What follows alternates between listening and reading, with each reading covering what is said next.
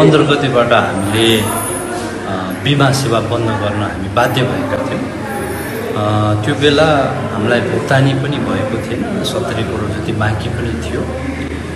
तर हाल बिमा बोर्ड र सरकारबाट भुक्तानी पनि अलिक सहजता भएको र बिमाको दर रेट र प्याकेजमा पनि केही परिमार्जन भएर आएकोले अब आउने भाद्र 1 गतेबाट बिमा सेवा सुरु गर्ने हामीले प्रयत्न गरेका छौँ। यो बिमा सेवा भदौ 1 गतेबाट ओपिडी सेवामा मात्र लागू हुनेछ। हालको लागि ओपिडी सेवाको पनि सिलिङ 25,000 को छ। ओपिडी सेवाको सेवा लिँदा बिमा पाइनेछ। त्यो बाहेक अरू सेवाहरू क्रमशः हामीले भविष्यमा खोल्दै जानेछौँ। यसको लागि बिमा बोर्ड र सरकारसँग हामी छलफल गर्दैछौँ। भएका दर रेट र प्याकेजहरू अझै सहज हुनुपर्छ भन्ने हाम्रो मान्यता छ।